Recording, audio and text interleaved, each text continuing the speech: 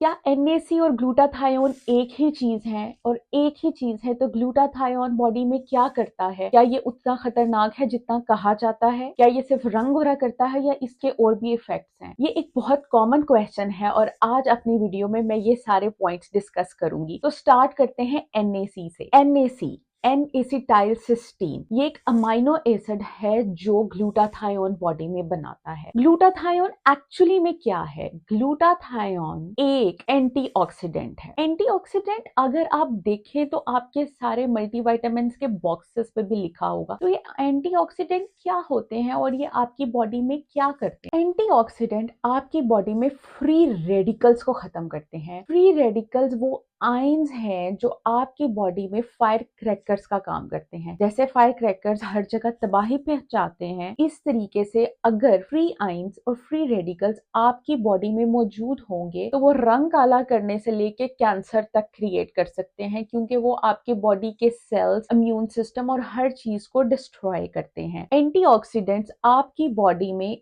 इन radicals को खत्म करते हैं। इसका दूसरा इफेक्ट है डिटॉक्सिफिकेशन। आपको अपनी बॉडी को डिटॉक्सिफाई करने की बहुत ज्यादा जरूरत है। डिटॉक्सिफिकेशन को अगर मैं आसान अल्फाज में इस्तेमाल करूं तो इसका मतलब है कि जहरीले मादे अपनी जिस्म से बाहर निकाल। तो अगर खत्म हो जाएंगे फ्री रेडिकल्स, आपकी बॉडी डिटॉक्सिफाई हो जाएगी तो ऑटोमेटिकली आपका इम्यून सिस्टम भी बेहतर हो जाएगा, आपकी रंगत भी बेहतर हो जाएगी और आपकी हेल्थ भी बूस्ट होगी। तो अब आते हैं NAC पे। NAC क्या करता है? सिस्टीन इसके अंदर आपकी बॉडी में ग्लूटाथायोन बनाता है। ये बॉडी के नेचुरल ग्लूटाथायोन इनहांस करने में अहम किरदार अदा करता है। ये आपके सेल में माइटोकॉन्ड्रिया के लेवल पे जाके DNA की रिपेयर करता है। सो इसका बेसिक फंक्शन है DNA रिपेयर करना। जैसे हमारे इन्वायरमेंट के अंदर सन रेज, इसके अलावा पोल्यूशन या फिर आजकल स्मॉग, ये सब हमारी बॉडी में फ्री रेडिकल्स की अमाउंट को इंक्रीज कर देते हैं, जिससे हमारा माइटोकॉन्ड्रिया डैमेज हो जाता है।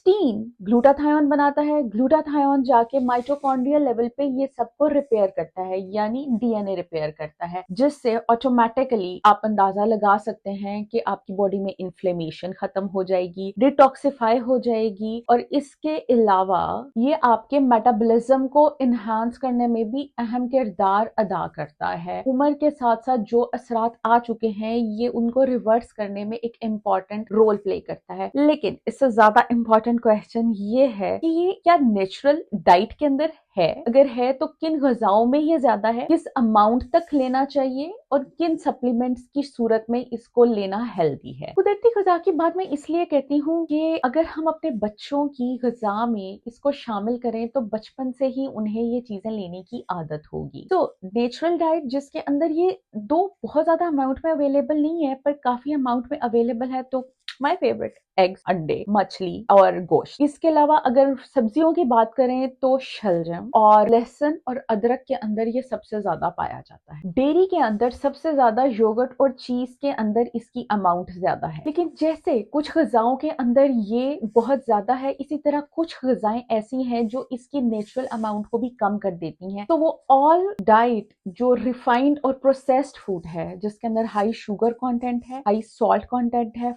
फ्राई फूड लाइक एक ही ऑयल के अंदर बार बार किया गया फ्राई, क्योंकि वो ऑयल जब बार बार हीट होता है तो वो ऑलरेडी इतने ज्यादा फ्री रेडिकल्स अपने अंदर कंटेन करता है कि जब आपकी बॉडी के अंदर वो जाता है तो आपकी बॉडी के नेचुरल एंटीऑक्सीडेंट्स को बिल्कुल खत्म कर देता है। And soft drink like diet Coke और 7 अप इट्स बेटर, लेकिन स्टिल अगर आप कोशिश करेंगे वो भी ना लें तो वो बहुत बेहतर है। तो ये तो हो गई नेचुरल वेज। अब हम आते हैं सप्लीमेंट्स की तरफ। सप्लीमेंट्स में अगर आप बात करें तो ओरल फॉर्म में NAC अवेलेबल है, वो ऑटोमेटिकली आपकी बॉडी में ग्लूटाथायोन को इंक्रीज करता है। ये मार्केट में टैबलेट, कैप्सूल और रेडीमेड ड्रिंक्स की फॉर्म में अवेलेबल है। डोज की बात करें तो 600 मिलीग्राम से लेकर 1200 मिलीग्राम तक आप एक दिन में ले सकते हैं, जिससे इफेक्ट्स नजर आते हैं। IV ड्रिप्स भी अवेलेबल है, लेकिन आई वुड सजेस्ट कि आप किसी डॉक्टर की प्रेस्क्रिप्शन के बाद ही उनको यूज करें। और एक चीज याद रखेंगे, ये आपको गोरा नहीं करता, ये आपको आपके ओरिजिनल कलर की तरह वापस लेके जाता है, आपकी बॉडी से फ्री रेडिकल्स को डिटॉक्सिफाई करके। और